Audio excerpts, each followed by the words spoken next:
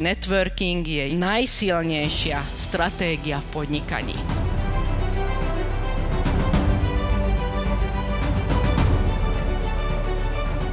Na tento event som sa dostavil prvýkrát.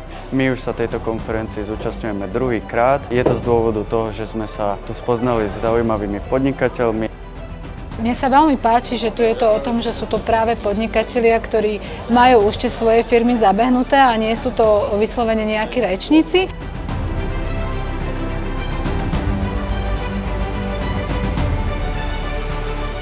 Všetci sme tu s tým, že chceme odozdať svoje skúsenosti a svoje činnosti a zároveň prijať služby a skúsenosti od iných.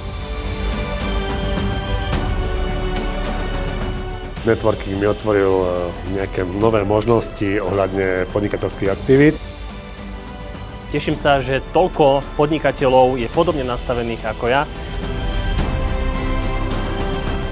Networking by mal byť zaradený aj ako marketingová stratégia a aktívne na ňom pracovať. Môžem povedať, že je to vynikajúci event. Dúfame, že budúci rok bude opäť veľmi prínosný.